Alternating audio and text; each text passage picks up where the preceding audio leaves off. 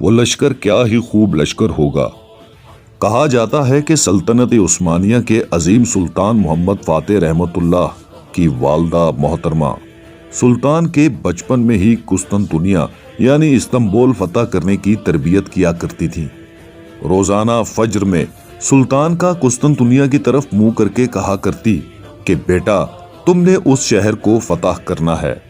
جب سلطان کچھ بڑے ہوئے تو گھوڑا اس خیال میں دوڑاتے تھے کہ جیسے قسطنطنیہ فتح کرنے جا رہے ہیں اور دشمن پر حملہ آور ہو رہے ہیں۔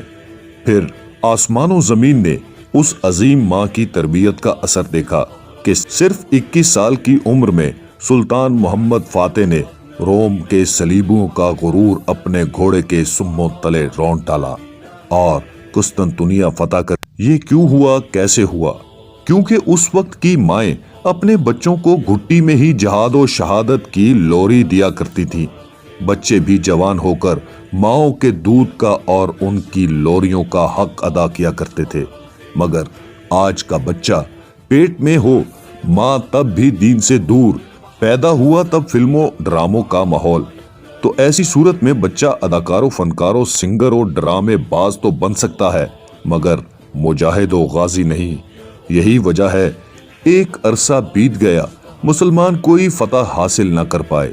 معاشرے کی بنیاد خاتون ہے، یہ عورت دینی ہے تو معاشرہ دیندار ہوگا، اگر عورت ہی دنیا دار ہو تو معاشرہ بھی بدبودار ہوگا۔